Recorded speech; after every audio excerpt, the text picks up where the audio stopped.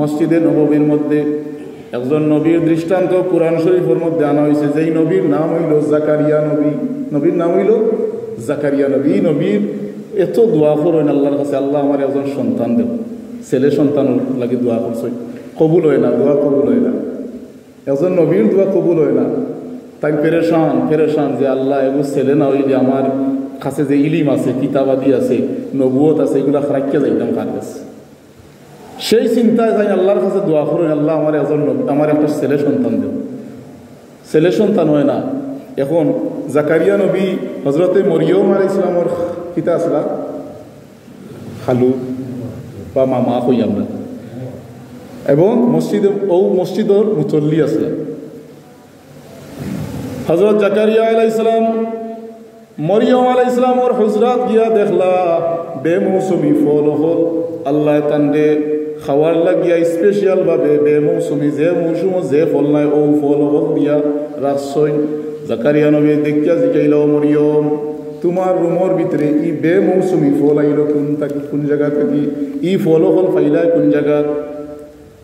হযরত মরিয়ম আলাইহিস সালামে কইন, আমার হাযা ইনদাল্লাহ, আমার আল্লাহর পক্ষ থেকে জান্নাত থেকে এই ফলগুলো আমার আল্লাহ আমারে দান করছো। সুবহানাল্লাহ। তখন জাকারিয়া নবী দেখো, নবীর যে নবী আলা মগজ, নবীর তো নবী আলা মগজ, নবী আলা চিন্তা। তাই চিন্তা করলাতে তো এই জায়গাখানো বরকত আছে, এই জায়গাত কিতা আছে, আল্লাহ রহমতও আছে, বরকতও আছে। ওই জায়গা তাই আবার দোয়া করলাম যে আল্লাহ আমার একটা ছেলে সন্তান দেও, আল্লাহ আমার একটা নেক সন্তান দেও। সাথে সাথে আল্লাহ রব্বুল আলামিন যেই নবীর দোয়া এতদিন খোঁজরা দোয়া করতে আসেন, দোয়া কবুল হয়েছে না, কিন্তু আইজ মরিয়ম আলাইহিস সালামের হুজরাত আইয়া এই দোয়া করার কারণে সাথে সাথে জিবরিল আমিনের মাধ্যমে আল্লাহ সুসংবাদ দিলেই না যে তোমারে আল্লাহ পাক রব্বুল আলামিন একজন ছেলে সন্তান দান করবা। সুবহানাল্লাহ।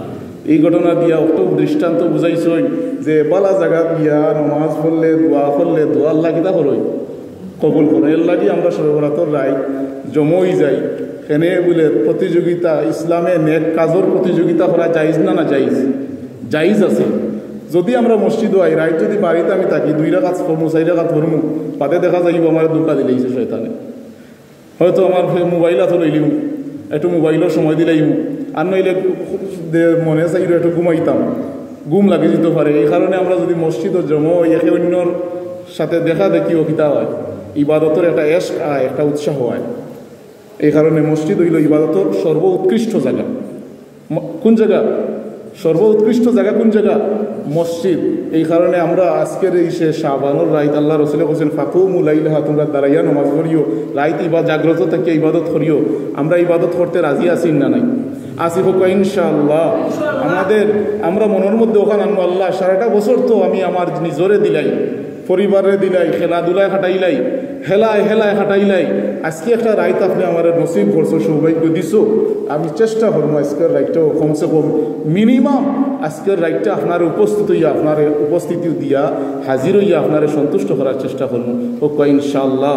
আল্লাহ আমরা তৌফিক দিতে আজকের রাইত ইবাদত করার তৌফিক দান করতে পারি। আমিন।